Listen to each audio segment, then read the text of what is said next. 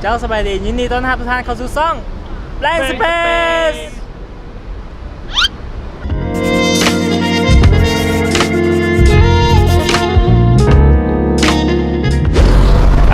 เจ้าสบายดียินดีต้อนรับเข้าสู่วีล็อกที่6ของ Blank Space นะมื้อนี้เรากลับมาถ่ายรูปกันอีกแล้วเกี่ยวกับการพอร์เทรตนี่แหละและขอแนะนำกับตัวแบบและนางแบบที่เรามาถ่ายมื้อนี้ก่อนแว่เอาบายดีเอาไม่เนาะนะขอแนะนำจากผู้ชายก่อน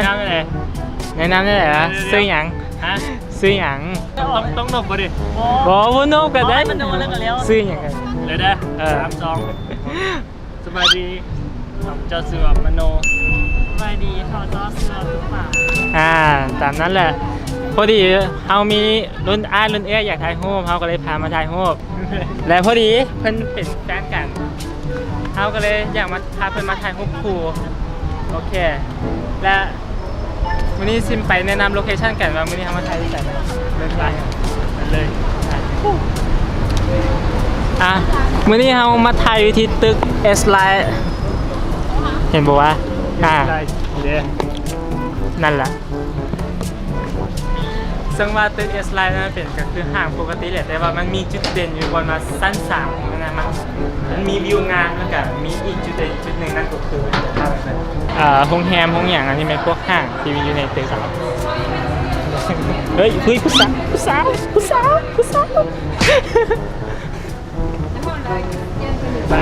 นี่วันนี้จะเป็นห้างขายเดี๋ยวแนะนำอันนี้เป็นโลเคชั่นแบบไหนแนะนำเลยทันทีมันจะเป็นร้านขายเพิ่มที่นว่าใหญ่สมควรของซูโจเลยก็ว่าได้จุดจะอยู่ชั้น3ชั้น2ชั้น3มีทั้ง2ชั้นมีทั้งชั้น2แล้วก็ชั้น3รู้สึกว่าสถานที่แล้วนี่เป็นบอลถ่ายรูปแล้วก็ขึ้นมาเพราะชั้นตอนหน้าชั้น3มันสิมีข้างนอกบอลนี่แหละเป็นบอลมาซิมาถ่ายโลเคชั่นที่เราจะมาถ่ายเดี๋ยวเราไปกัน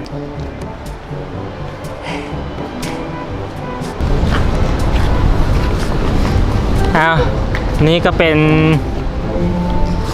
คือโลเคชั่นโดยรวมที่เราจะมาถ่ายมื้อนี้สั้นสวยงามระเบียงบละเป็นเนื้อใดแหละซิไปเบิ่งในวิดีโอกันเป็นเนื้อใดซึ่งตอนนี้ไปก่อน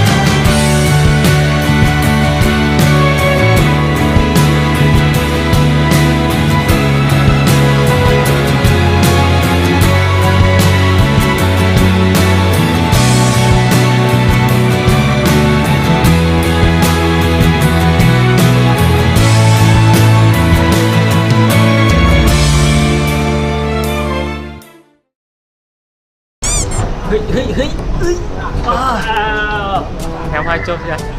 เดี๋ยวเขาก็หาถ่ายรูปแล้วนี่กี้และเขามีเวลาถ่ายน้อยเดียวประมาณ1 ชั่วโมงครึ่ง1 ชั่วโมงป่ายเขาก็เลยได้ แล้ว